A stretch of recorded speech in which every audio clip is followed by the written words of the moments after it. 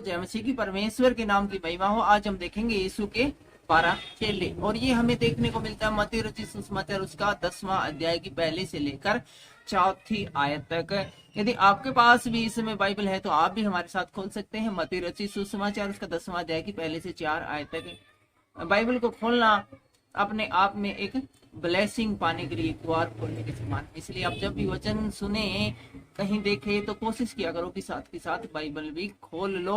और अब तो ऐसी बात भी नहीं है कि कहीं टीवी में प्रोग्राम आ रहा है और उसको हम पॉज नहीं कर सकते। आप इस वीडियो को यूट्यूब में देख सकते हैं, देख रहे हैं तो आप इसको पॉज भी कर सकते हैं बाइबल उठाने के लिए, बाइबल खोलने के लिए। और यदि आप इतने बाइबल खोल ली है तो सबसे पहले हम इसको उर्दू में पढ़ेंगे और उसके बाद हिंदी में हम पढ़ रहे हैं मत्ती रचित सुसमाचार उसका 10वां अध्याय की पहली से 4 आयत तक। यीशु के 12 शागिर्द।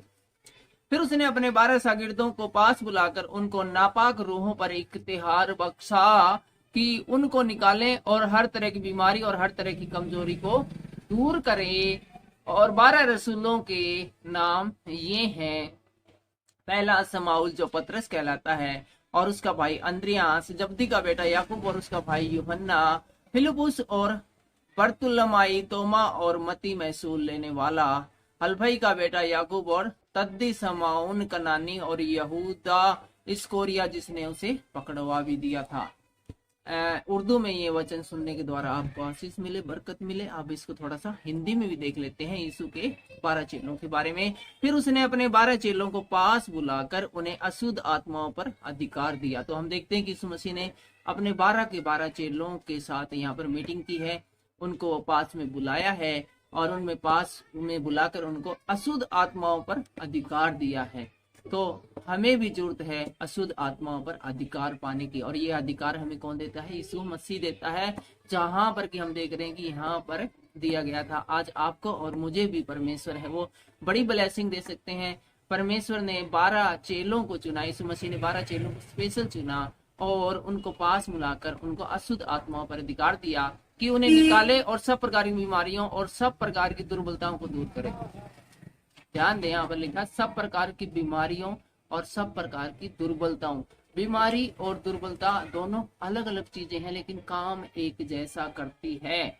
यदि आपके शरीर को बीमारी ने पकड़ लिया है तो वो शरीर का नाश कर देती है, यदि दुर्बलता ने पकड़ लिया है तो वो भी शरीर का नाश कर देती है, क्योंकि दुर्बलता और बीमारी दोनों ही शरीर को खा जाती है।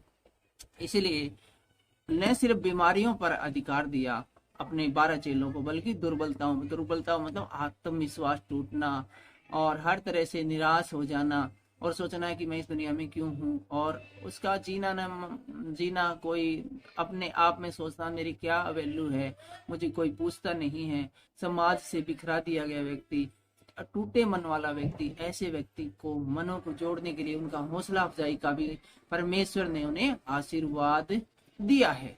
और दूसरी आयत से हम देखते हैं इन 12 चेलों के नाम ये हैं। आगे इन 12 चेलों के नाम दिए गए हैं, और पहला है जो चेला है उसका नाम है शमौन। कौन है? शमौन, जो पतरस भी कहलाता है। शमौन और पतरस एक ही व्यक्ति के दो अलग अलग नाम हैं।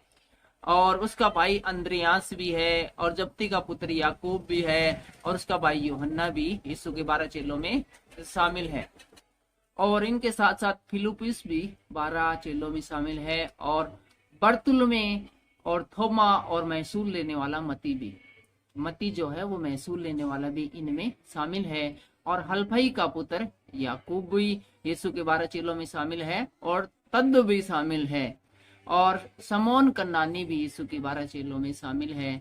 और यहूदी इस्कोरिया जिसने यीशु को पकड़ा भी दिया था, वो भी यीशु के 12 चेलों में शामिल है। तो आज हमने देखा यीशु के 12 चेलों के बारे में, उनको नामों को देखा।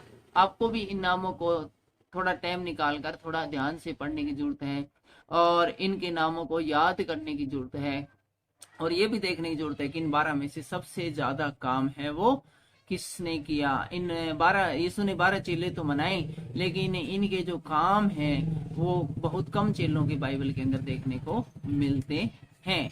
चलिए आज के इस वीडियो में फिलहाल इतना ही। आपको इन वीडियो के द्वारा, इस वार्तालाप के द्वारा, इस मसीह वचन के द्वारा आशीष मिले, बरकत मिले। सबको जय मसीह की जय।